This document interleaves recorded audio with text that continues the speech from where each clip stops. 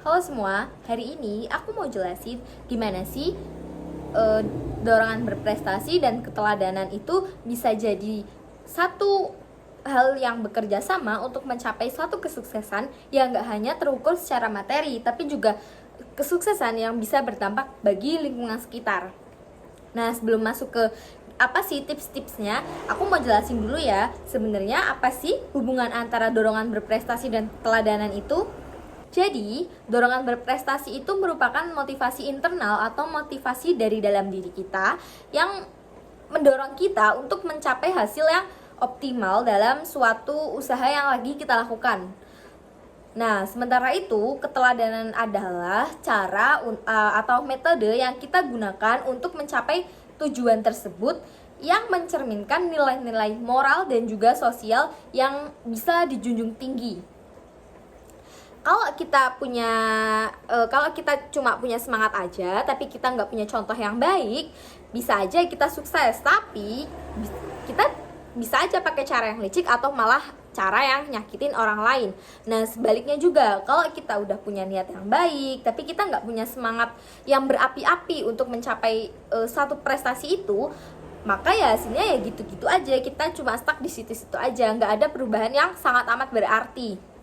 Makanya penting banget nih buat kita gabungin dua kondimen itu, biar kita tuh nggak cuma sukses untuk diri sendiri aja, tapi kita tuh bisa ngasih manfaat buat orang lain, buat orang di sekitar kita. Jadi suksesnya itu ya yang beneran sukses, nggak cuman yang gaya-gayaan sukses, cuma megang sertifikat, cuma menang lomba aja yang nggak ada manfaatnya.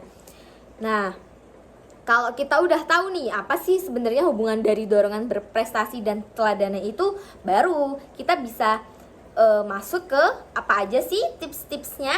Nah, yang pertama tipsnya adalah niatin dari awal kalau suksesnya itu bukan cuma buat diri sendiri. Jadi kita tuh harus tahu dulu nih goalnya kita tuh nanti suksesnya itu buat apa. Kita tuh harus pastiin kalau suksesnya kita itu bisa bermanfaat buat diri sendiri juga buat orang lain. Yang kedua adalah jujur dan terbuka. Kita harus selalu menjaga kejujuran agar kita bisa menjadi inspirasi bagi orang lain, karena orang-orang yang berprestasi adalah orang-orang yang pasti menjadi role modelnya bagi orang lain. Yang ketiga adalah berani bertanggung jawab. Kalau kita salah ya kita harus ngaku salah, jangan malah kita nyalain orang lain. Yang keempat adalah saling membantu. Jangan pelit ilmu, kasih masukan ke orang lain, tapi kita harus juga bisa nerima masukan dari orang lain. Nah, yang kelima adalah kerja sama tim yang asyik. Kenapa sih harus asik? Biar semangat gotong royongnya kerasa, dan juga pastinya biar suasananya tuh semakin nyaman, gak tegang-tegang banget. Nah, terus yang terakhir adalah nilai semuanya. Maksudnya apa sih nilai semuanya itu? Kita tuh nggak boleh cuma fokus ke hasilnya aja. Hasilnya emang penting, tapi yang lebih penting itu, yang nggak kalah penting juga itu adalah prosesnya. Bener nggak sih caranya gini? Bener nggak sih ini tuh gini gitu. Jadi kita tuh nggak boleh fokus cuma di hasilnya aja. Jadi intinya ambisi dan contoh baik itu kayak dua sisi koin yang nggak bisa dipisahkan. Kalau kita bisa jalanin keduanya, kita nggak cuma jadi juara, tapi kita juga pasti bisa jadi inspirasi bagi orang lain, bisa jadi role modelnya orang lain.